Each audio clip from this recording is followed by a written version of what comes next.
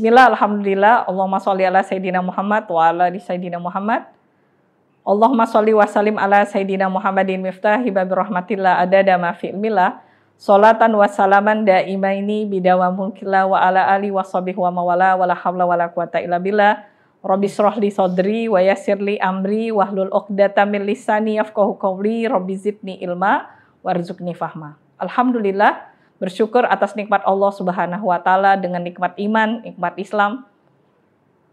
Kita bahas tentang aurat wanita di luar dan di dalam sholat. Aurat wanita secara keseluruhan apabila kepada orang yang di luar mahram. Mahram itu apa? Mahram itu orang yang haram nikah, yang tidak punya hubungan darah dengannya. Mahram itu ada 3. Yang pertama, mahram sebab nasab, adik kandung, kakak kandung, ayah, kakek, cucu, itu merupakan mahram karena sebab nasab, karena sebab darah. Sedangkan suami dalam mazhab Imam Syafi'i bukan mahram. Suami itu ajnabi, orang lain, tapi sebab ijab kabul maka dia boleh berhubungan suami istri. Secara hukum, apabila suami istri bersentuhan kulit secara langsung batal walaupun tanpa syahwat. Ini dalam mazhab Imam Syafi'i. Jadi, apabila dengan mahram, boleh seorang wanita tidak memakai jilbab karena batasan dengan mahram itu surah warba, pusat sampai lutut. Jadi kalau dia pakai pakaian daster yang penting menutup lutut boleh.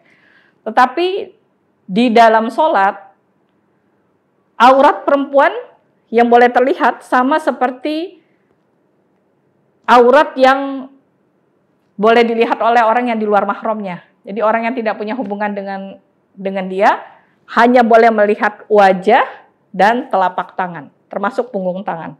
Jadi wajah kalau di dalam sholat itu batasannya dari tumbuhnya rambut sampai 1 jari di bawah dagu. Jadi kalau sholat kita menutup dagu, itu dalam mazhab Imam Syafi'i. Dan telapak tangan. Telapak tangan sampai punggung tangan ini harus tertutup dan sebagian tulangnya juga harus menutup. Jadi sekarang ada macet dagu, ada juga macet tangan yang menutup sebagian tulang karena ini juga merupakan aurat. Apabila perempuan itu di dalam sholat dia nggak boleh tinggi mengangkat tangan, tapi cukup seukuran dada atau dimasukkan ke dalam jilbab atau mukenahnya, maka dia menutup aurat. Dan apabila ada rambut yang keluar, kalau rambut itu ditarik, lepas, maka bukan aurat. Kalau rambut itu ada 1 keluar, dia harus memasukkannya dengan gerakan yang tidak membatalkan sholat. Jadi tidak boleh gerakan 3 kali berturut-turut, dia cukup meletakkan jarinya untuk memasukkan rambut tersebut.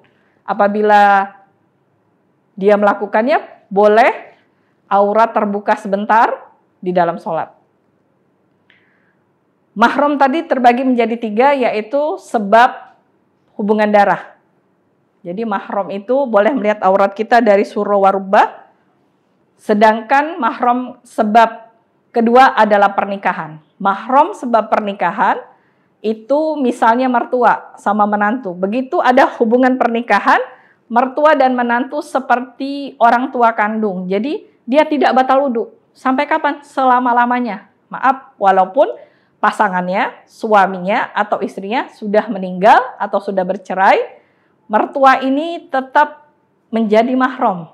Jadi nggak boleh nikah dengan mantan mertua gitu. Atau mantan menantu, tidak boleh, haram. Dan yang ketiga, mahram sebab persusuan. Jadi ada ibu susu atau anak susuan dengan 2 syarat. Yang pertama, bayi yang disusui ini kurang dari 2 tahun umurnya.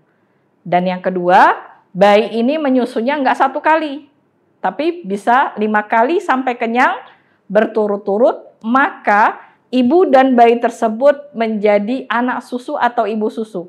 Hukumnya, anak kandung dari ibu tersebut dengan anak susu ini haram untuk menikah. Kenapa? Karena mereka seperti punya hubungan darah atau saudara selama-lamanya.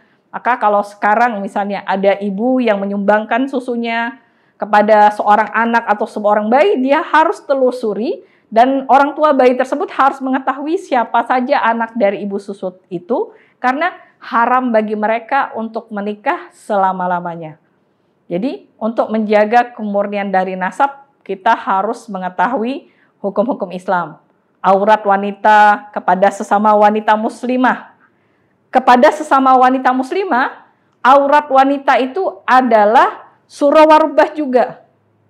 Jadi surah warubah. Jadi dia nggak boleh mandi bersama orang yang satu mahram, tetapi dia harus menutup antara pusat dan lutut.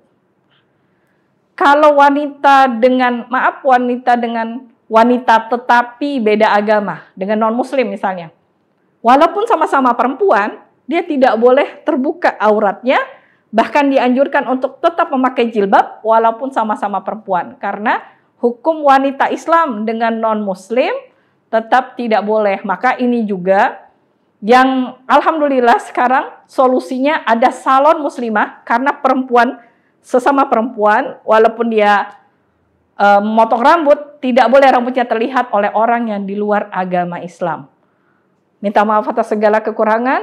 Wa'afu minkum. Wassalamualaikum warahmatullahi wabarakatuh.